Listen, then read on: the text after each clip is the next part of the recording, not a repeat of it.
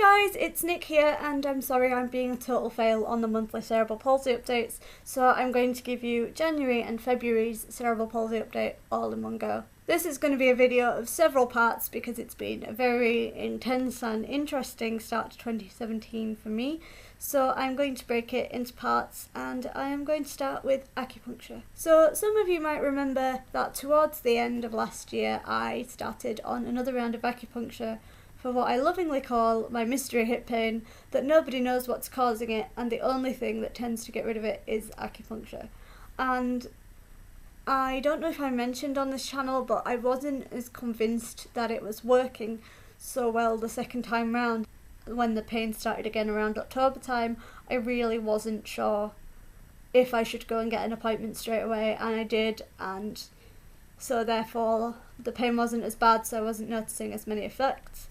About 3 weeks later, or 3 appointments later, I still wasn't noticing it enough, and I mentioned it to my acupuncturist, and she decided that we could try and stick more needles into my hip. So instead of just 1 or 2 needles in my hip and 2 in my foot, we got up to I think 5 or 6, and within an appointment or 2, I actually discharged myself from acupuncture. I never discharge myself from anything. I love acupuncture, in case you can't tell. She said she would leave my referral open for a month in case I needed her. Obviously it's now that month time has passed and I haven't needed her. There was a time when my hip was getting a bit sore, but lots of intensive stretching from my family saved it off, so I think it might have just been that the muscles were getting a bit tight, which segues us nicely into pain and muscle tightness.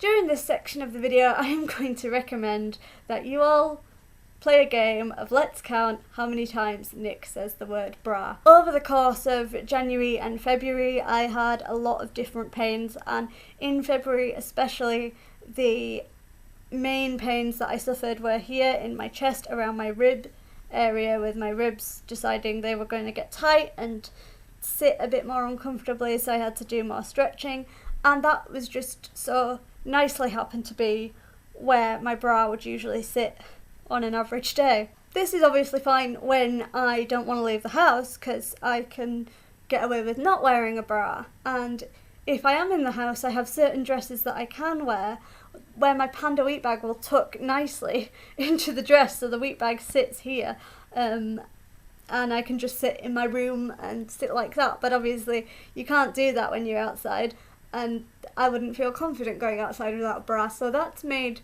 living as a member of society very difficult for the last couple of months. Again, lots of stretches off my family, lots of wheat bags, lots of lying down, lots of being kind to myself, and thankfully, touch wood, it seems better.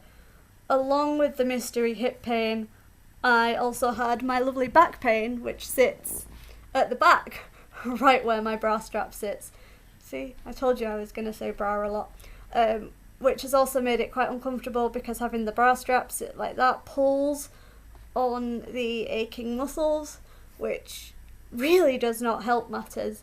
So again, I've sort of been laying at certain points with a wheat bag on my front and then a wheat bag on my back, and I'm there just on my front. I've been out of the house a lot during the day as well, and around other people, and in situations where I've had to be out of the house and I couldn't just come home for the pain. So that has been quite interesting and quite awkward to deal with. The final thing that I wanted to tell you about during this video is something good and something a little bit different, and that is that a lovely company called stairlifereviews.co.uk have not spawned me to do this, but they have featured me in their list of 100 blogs that you should, for disabled people and carers, that you should be following. I'm in great company. I've heard of some of those blogs on the list. I will leave a link to the list in the description in case you want to check that out, and they've given me a shiny button that I can add to my blog as well to tell people that I'm featured on that list, so thank you so much to them.